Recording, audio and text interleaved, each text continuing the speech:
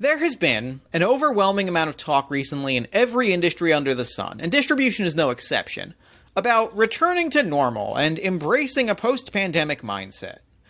And for distributors on the surface, that might feel like an easy transition. After all, a lot of distributors thrived in the last few years. They saw steady business, or even positive growth since March of 2020. Why would a shift back to normal be any different? Well, when we stop and look at those numbers, a troubling trend starts to emerge.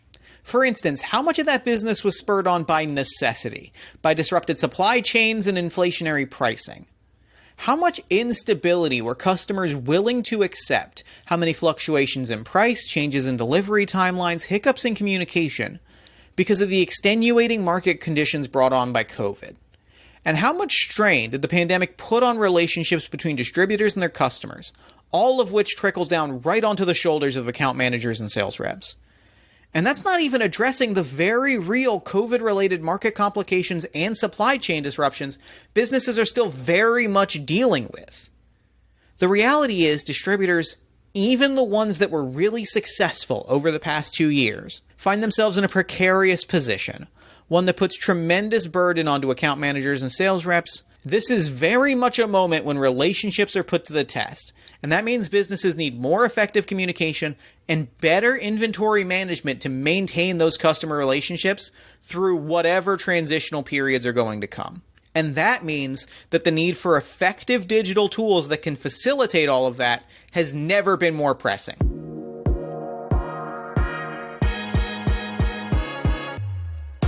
This is Transformation at Work, a podcast about real stories of business transformation and Salesforce success, without all the jargon attached.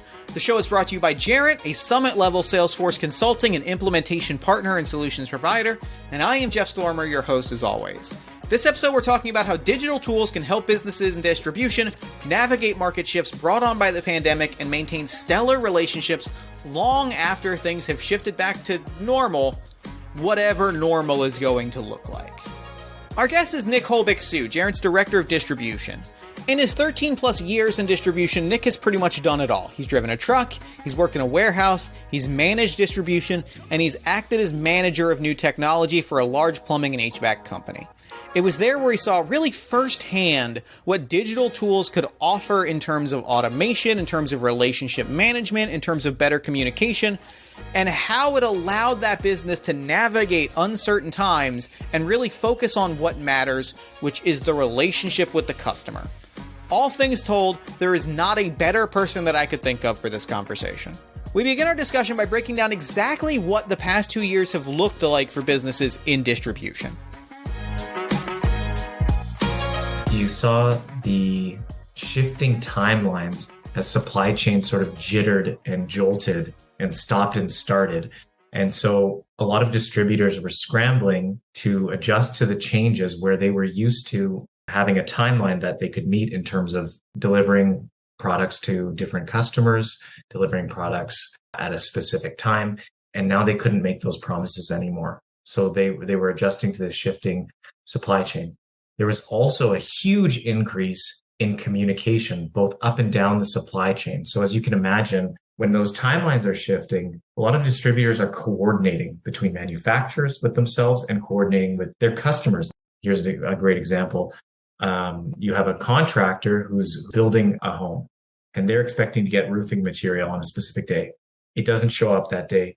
They call their distributor and say, where is this? The distributor doesn't know. They have to call the manufacturer. The manufacturer then has to call the freight company or has to call an internal group within their own business to find out where that order is in the pipeline.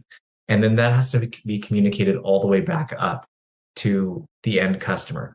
All of that takes up a huge amount of time, and it was happening all of the time for distributors.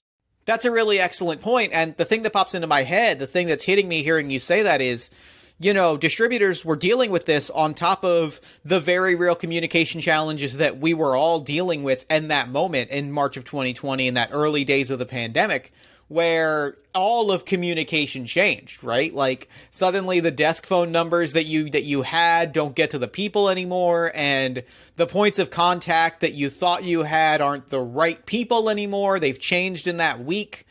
And so the problems that you're describing, I'm hearing this and I'm just thinking they're dealing with this on top of already very uncertain ground that comes from everything around them already changing. Would you agree with that? Can you talk a little more about that? 100%. And in fact, I'm glad you brought it up because it's become so commonplace now that I didn't even think of it. So maybe I should be interviewing you on this. But you're totally right. So there's a huge shift in the way that people were working. They're not at their desks, like you mentioned. They're at home. They're all dispersed. It's a workforce that's used to seeing people eye to eye and belly to belly, and they're not working like that anymore. So there's a huge shift there, as you mentioned, in terms of needing to rely on technology a lot more to come together and find new ways of how they were going to do business, what their business processes were going to look like. Really well said, really excellent points. And, just important to keep in mind as we're talking about all of these things distributors dealt with in the last few years, just that it was all on top of this really uncertain time to begin with. With that in mind, what are a few of the other challenges distributors were facing and how did they react to those changes? The other thing that we saw during COVID-19 was a lot of finding alternatives. So distribution is kind of like a big machine and things are supposed to move smoothly and it's all supposed to be very well oiled. But if certain materials aren't available, sometimes that doesn't change the needs or the timelines for the end result, whatever those products are being used for. So there was a lot of changes in terms of finding alternatives in terms of different types of products that suited the same need or new relationships with new manufacturers that they hadn't previously worked with that sold a very similar product. Another thing that happened was around profitability. So there was a huge inflationary pressure, and we're still seeing that inflationary pressure. But in the beginning, a lot of distributors work by quoting projects or quoting a specific set of products to a specific customer. And then they have a timeline where they honor those quotes. So this is good for 30 days. This price is good for a year, whatever that timeline might be. All these inflationary pressures, increases in prices from their manufacturers really, really had distributors a little bit scared in the beginning, where they felt the need to honor prices that they had on their quotes, but the costs for them continued to increase and sometimes eroded it to where they were losing money on each of those quotes. So that was kind of in the beginning. But to answer how distributors have reacted to those challenges, quite honestly, the most common thing that's happened is that by and large, they've reacted through pure grit and determination, working harder, making more calls, working extra hours, banging the drum harder, banging it faster, and trying to make sure that they meet all of the demands of their customers just through hard work, which is not great.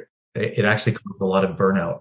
I mean, absolutely. At that point, you're asking employees to do, 3, 4, 5 times the work and not giving them tools and building processes to help them manage that work. Your end result is going to be, that work might get done, but it's going to get done at the cost of your employees. And that's not a sustainable way to do business. But to your point, how else did we see distributors react to these sorts of changes? They also just cracked the whip on their suppliers quite a bit. And when I say that, I mean they demanded more. They asked more of their suppliers. They pushed them into a corner a lot of times in terms of either price or supply. And, due to a lot of the pressures that everyone was feeling during those times, it could get a little bit spicy. So that's what I've seen. Now, the proactive side of that is really that they had to make changes to their business processes. And that happened through all organizations. What I've just described previously was the initial reaction, but they did have to change their business processes in order to cover themselves, to make sure that they were profitable, to make sure that they could make it through these uncertain times. And so they focused on a lot of things like streamlining those business processes. Some examples are, how do they syndicate pricing throughout the organization? There's a new cost that comes from a manufacturer. How do we make sure that that gets into our ERP system? And then conversely, how does that new cost affect all of our quotes and all of our price books? Streamlining their communication. And also, interestingly enough, to me at least, is there was a lot of focus on democratizing expertise. There were a lot of knowledge experts in particular fields at distributors. And in order to handle the workload, they couldn't rely on just one expert to manage all the inquiries, all the questions, all the business that was coming through. So a lot of distributors were looking for ways to distribute that expertise and that knowledge among all of their teammates so they could distribute workloads a lot easier.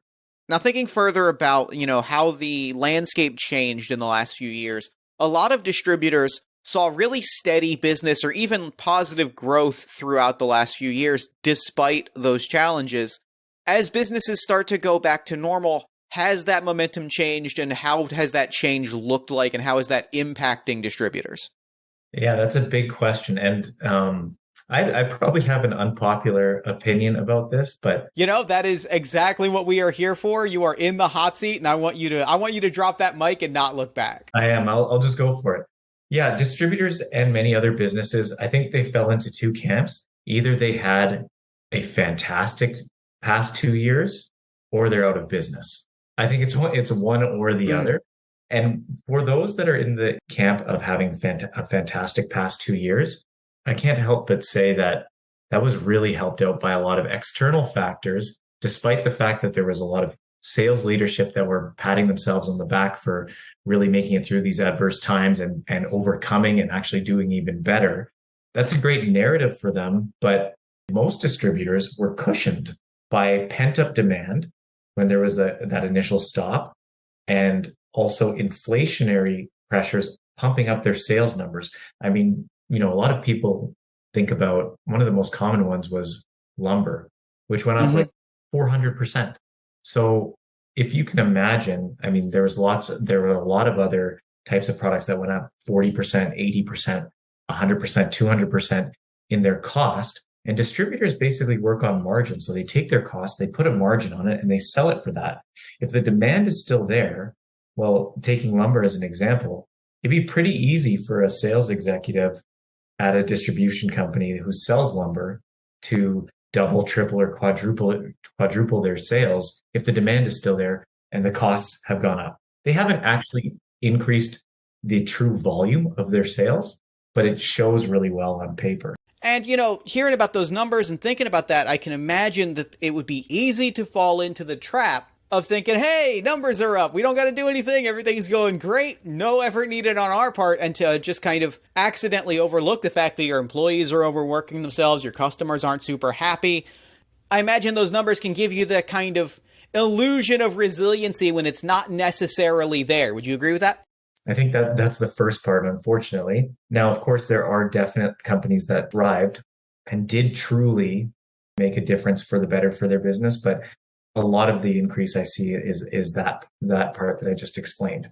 Now, for your second part, as we go back to normal, what are we seeing? I think that's a big piece, and it presents its own challenges. The first thing that we're seeing is that expectations have also normalized around this new sales level. So all of the outside account managers and people that are in sales and other parts of the business that looked like they were doing very well when it came to increase in sales dollars, well, expectations have just normalized around that. You're doing $1 million in sales, and now it's $1.5 million. Well, it's a brand new day, and $1.5 million is now the benchmark. Right. You can't go back to what you were doing 2-3 years ago in terms of numbers. Even if we're going back to normal of what we kind of expected or what we hoped from 2-3 years ago, going back to those same numbers in a business world that's constantly moving forward, that's going to look like a dramatic shift downward. Absolutely. Yeah. So that's the first piece. The second piece is that manufacturers who are feeling squeezed are now gaining ground on both their actual production levels. So, for instance, manufacturer had sort of a crippled production level, maybe because COVID-19 was working its way through their facilities and people had to stay home and they couldn't actually produce anything. They're also gaining ground on their service levels. And they remember who treated them with dignity and respect during that time. So there were definitely distributors that are saying, well, if you can't do this, then I'm taking my business elsewhere, and showing no sort of loyalty and no sort of partnership. People don't forget that kind of thing. In the same vein, customers are also gaining their voice back, and they're funneling their business to those who treated them well and who they felt had their backs during the hard times. And there were certainly, because of decrease in supply and an increase in demand, there was a disparity there.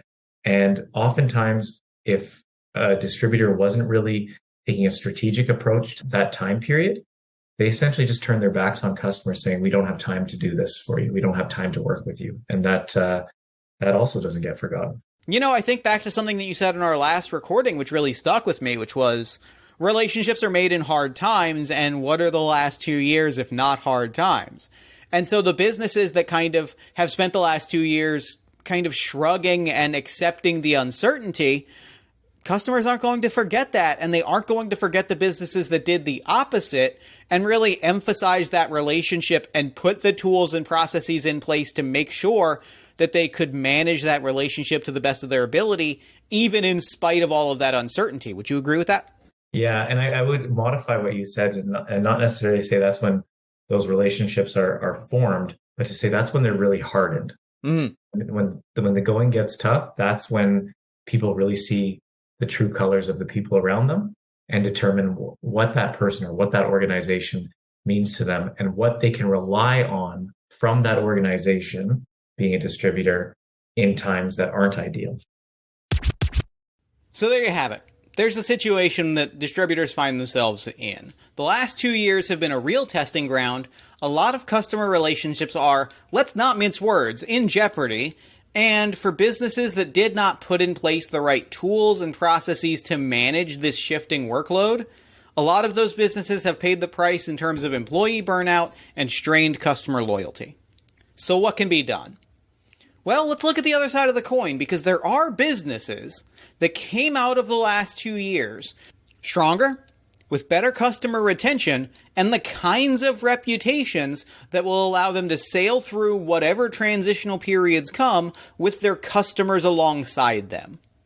Here's Nick with a few examples of what those businesses did to really set themselves apart. And everything that I'm about to say really focuses around people and relationships. And I think that's a really big piece. The boss from my former life always used to say, people buy from people, and you need to be belly to them.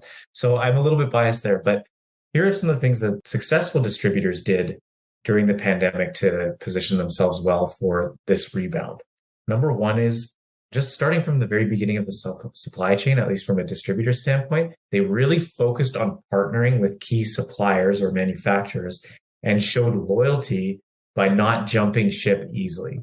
Now, what that means is that they're also not going down with the ship, but they're working together to find a way to make the situation as good as it can for those key partnering manufacturers.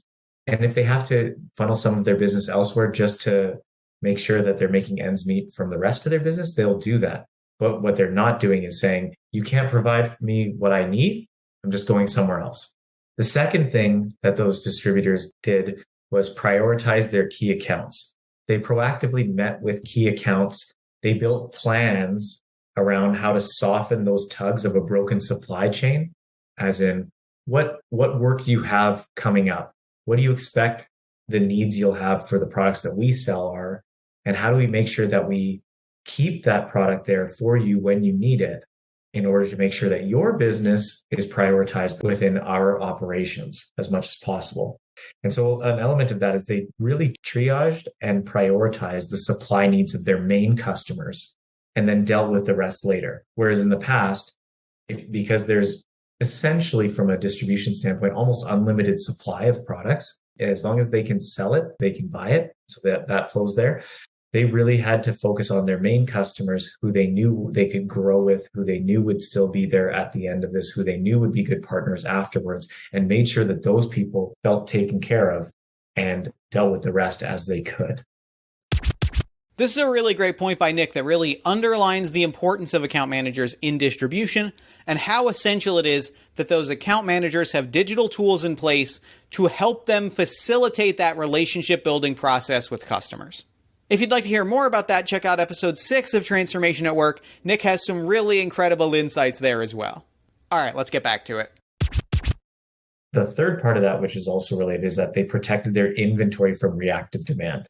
So by that, I mean exactly what I just said a moment ago, is that they made sure that different people within an organization, say a different customer service rep or a different inside account manager, wasn't stealing product that was meant for an important partner customer of theirs and giving it to somebody that just walked in off the street saying, this is what I need right now. That's what I mean by reactive demand. Another main area that they focused on was in their forecasting skill set. And that just meant for them looking out further for future demand, as opposed to their current way of doing things, which is to take their ERP system and it shows how many orders are upcoming and then planning based on just orders upcoming. But they actually looked further to that based on projects, upcoming work that's coming, upcoming demand. Even if they hadn't secured the work, they were paying attention to that to look out further so that they could start planning their procurement activities. They also focused on transparency at the right times. So transparency with their customers, transparency with their manufacturers, to make sure that everybody was in the loop and on the same page in terms of timelines or price changes or whatever may have come up during the pandemic. But I say that, and I'll emphasize again, at the right times, because they also had to do a lot of impression management, as I call it, which means making sure that they still look really good and they've got everything taken care of and they're in control. And then the last thing is that they sought to understand their business better through analytics and through market intelligence and doing self-assessment of their strengths and weaknesses. They really tried to gain a bigger picture and a more thorough picture of their business and how they related to the rest of the market beyond just their typical data feeds. So as an example, and I'll give you this example, typically they rely on an ERP. And the ERP is enterprise resource planning. And so the ERP system manages all of their purchase orders, all of their orders, all of their accounting, and any information that comes from there, they derive insights based on what happened, what those transactions were. But that's not a really great picture. So the example I'll give you, Jeff, is that if I were talking to you and you said, hey, I just bought a new condo, I've set it up, it took a while, it's really awesome, you should come see it. And I say, hey, that's great. Well, tell me a bit about it. Show me some pictures. And you're like, well, here's my receipt from IKEA. And you can read through it. So now I'm looking through IKEA and I see you've got like a Flugelstad couch and whatever other names they have for things. You've got a chair and you've got a dining table. But I can't really see, what does that look like? Does that all fit together? Do you have like an open area where you could really use a side table? I can't see any of that stuff. Yeah. But that's how an ERP reports on things. Here's a list of things that you bought. And so it's a very incomplete picture of your business. And that's where something like Salesforce, which contextualizes all of your activities, all of your business processes around contacts and around different accounts that you have, it really adds that color that goes beyond just this IKEA list of products that have been sold. And, the through line of all of those things, right? Transparency, analytics, forecasting, relationship building, the sharing of data across an organization. Those are all things that, you could, emphasis on could, do those things manually, but at the cost of a huge amount of uplift from your employees. But digital tools are going to really supercharge an organization's ability to execute onto every single one of those things. And so with that said, let's dig a little deeper and say, what are a few more specific examples of how digital tools can help distributors navigate these uncertain times and come out stronger on the other end? So if I boil it down, a distributor's customers and a distributor's suppliers, they don't really remember all of these little things that you did. They don't remember that your team stayed late or came in on a Saturday to make sure that your material was ready for you. I mean, they do to some degree, but they don't remember all of the little things. And they certainly don't know all of the things that you did to make sure that the service that you give them is great. But what they do remember is what that all added up to. And that would be that a distributor who seemed to keep things running smoothly while others floundered to keep their promises. That's what I've seen. That's the overall sentiment. And I think by this point, it really goes without saying, but I'll say it anyways, is that digital tools are a necessity in this day and age to keeping order through all of that chaos. There's just so much information coming at you. There's so many things changing, and there's so many different aspects of a business that you need to keep track of. And you can't do that as a regular human being. You do need to rely on digital tools for that. I think there's just too much noise. There's too much information and now misinformation about things. and too much activity to keep control of your business without the help of digital tools like Salesforce, which can streamline, automate, and contextualize everything that you have.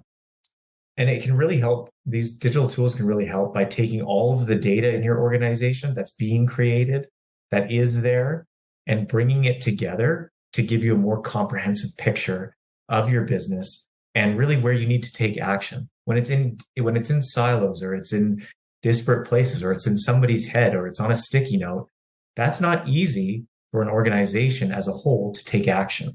And so I think that's why digital tools are so important now. It can really streamline processes and keep them on the rails so that a lot of balls don't get dropped, which really, when it comes to customer service and delivering great customer service, is all about consistency. Consistently doing what people expect you're going to do and not having those hiccups and dropped balls. You can also replace a lot of those inefficient conversations within an organization of whatever happened with this thing. What are you doing with that? When's the last time that you spoke with this person? Did we ever resolve X? And, that's a really, really underrepresented concern by leadership, maybe because they don't see that. But distributors, there's so many conversations like that. And that's wasting two people's time, if not more, every time that happens. And so I really see digital tools taking away some of that burden. And so as we are approaching a period of relative stability, at least compared to the height of the pandemic, there is a very large asterisk on that. Mm-hmm. If I am a team leader right now, what are the steps that I should be taking to ensure that my company can, when that uncertainty appears, even more so than if, put our focus back onto service and really come out in a stronger position? Yeah, I'm a strong believer that preparation means peace of mind when things like that come up. And so, broadly speaking, what I would be focusing on if I were a team leader is focusing on all of the processes within your business. Are they efficient? Do they make sense? Do people know what they're doing? Are they done often enough that it's habit, or is it something where they need a guided process that they can go through, or that's led by digital tools to help them? I'd be focusing on training, making sure that everybody who has been through this pandemic, who has worked so hard and probably missed some things as we tried to keep up, are trained up on your business and trained up on any new tools that you're using. And I would focus on tools that are needed to deliver the most efficient and smooth customer experience possible, regardless of if it's in person, over the phone, over Instagram, whatever it is. I would be focusing on what is the most efficient way that I can do things, and what tools do I need to deliver a smooth customer experience. And I want to take a moment to differentiate here, because what I've just explained doesn't mean that technology needs to become the front end of your business. It doesn't mean that all of a sudden now it's paramount that everybody orders my roofing materials through a website. That's not what that means. It can mean that can be part of it. But really, where I think, at least for most distributors, still being very relationship based, still wanting to focus on customer service and truly differentiating their business from other commodity based selling distributors, is in the service and the people that they have there. I really think that there's an opportunity to use technology, and focusing on how new technology can supercharge your employees to deliver world-class customer service and experience. How can, in the back end, how can we use technology to make somebody seem incredibly knowledgeable, to make them seem incredibly organized, to make them seem like they remember everything about their last interaction with you, really to make them superhuman? And I've used this analogy before, but I think about that movie Captain America, where you have this scrawny guy that goes into this chamber and they infuse him with this secret serum and all this technology, and he comes out as Captain America, all muscly and bulging and can do a lot of different things. That's kind of how I see using technology in a way that can push forward world-class customer service through your employees, not just as a front end for your business, surrounding people. And so I think it's so important to keep in mind that it's the people and it's the relationships that really matter, and having technology facilitate those relationships make them better, as opposed to technology replacing people or replacing human interaction or things like that. Nick really said it best. Relationships are hardened in difficult times, and that is exactly where we find ourselves right now. Now is when distributors need to prove themselves to customers, not by overworking employees or taking losses to cut prices, but by seamlessly managing their business in uncertain times and proving to the customer that they know what they're doing through the effective use of comprehensive digital tools. Giving employees what they need to steer through the challenges of the current moment and build real, meaningful, lasting connections with customers. That's how you ensure that relationships that stick around long after things go back to normal. Or, at least, back to normal-ish. This has been Transformation at Work. Thank you so much for listening, and thank you to Nick Holbik-Sue for those incredible insights. Transformation at Work is, as always, produced by Jarrett in collaboration with Salesforce. I am Jeff Stormer, your host and producer. If you enjoyed the show, consider leaving us a 5-star review on Apple or Spotify, or heading to jarrett.com to receive email updates when we drop a new episode. Until next time, thank you so much for listening, and we hope to see you again soon.